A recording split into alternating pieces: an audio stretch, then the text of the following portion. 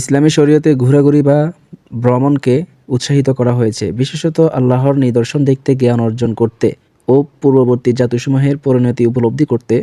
এর জন্য কোরআনে একাধিক আয়াত রয়েছে, যেমন সূরা আনআম 11 নম্বর আয়াত, সূরা আলে ইমরান 137 নম্বর আয়াত, সূরা হজ 46 নম্বর আয়াত।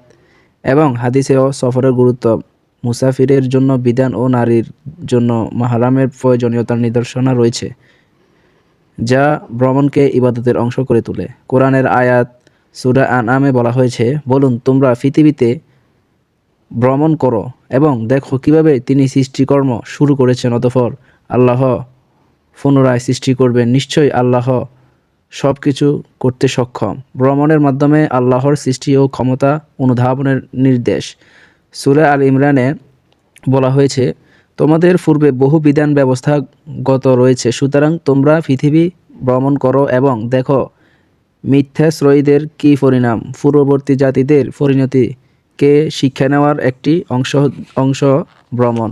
সূরা হজে বলা হয়েছে, তবে কি তোরা পৃথিবীতে পরিভ্রমণ করে না, যাতে তাদের অন্তর অনুধাবন করতে পারত এবং তাদের কান সত্য কথা শুনে নিত। অনুভব ও শ্রবণের জন্য ভ্রমণ। ভিডিওটি ভালো লাগলে অবশ্যই লাইক এবং কমেন্ট শেয়ার করবেন। ধন্যবাদ সবাইকে। আসসালামু আলাইকুম।